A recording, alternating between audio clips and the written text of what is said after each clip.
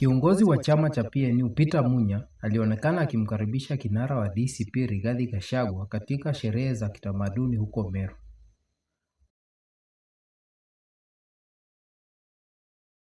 Hakuna aliyeamini kama wataweza kukaa jukwaa moja baada ya hivi karibuni kutokea mvutano mkubwa wa kisiasa.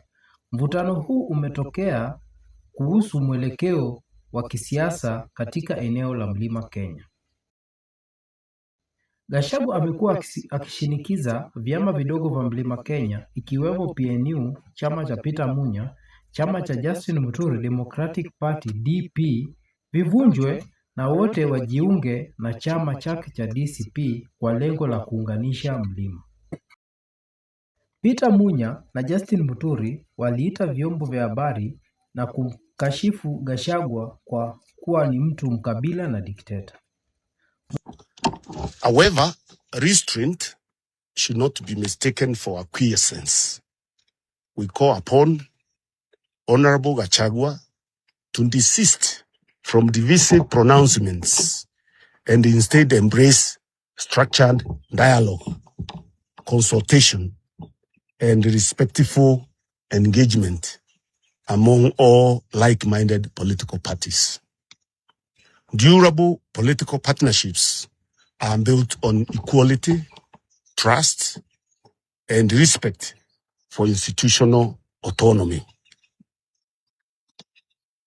It is worth noting that we cannot pretend to be growing our parties while simultaneously locking out others in order to own specific regions.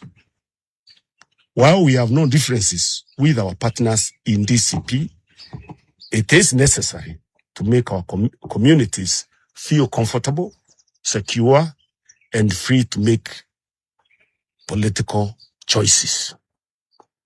We must stop threatening those of diverse backgrounds and beliefs about our political standing in order to grow our democracy. It cannot be one is okay joining DCP, but bad if they join other parties.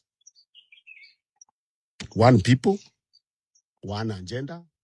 Munya alisisitiza kuwa vyama vya upinzani vinaweza kushikana kupitia muungano mkubwa, yani Grand Coalition, bila kulazimisha kuvunja vyama vidogo.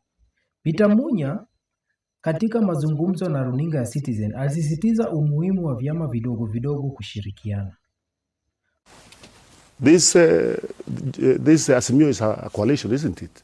DCP has been invited. It means if DCP joins, we become coalition partners. We want to build a grand coalition for the opposition because that is what will help us. So there is absolutely nothing wrong with DCP and PNU talking and forming a coalition with the other partners, the other parties in the country. Okay. I say there is really nothing personal about these things. Kukutana kwa Peter Munya na Rigathi Gachagua mnamo tarehe 9 Agosti mwaka 2026 huko Meru ni nia ya wao kupunguza joto la kisiasa katika eneo la Mlima Kenya.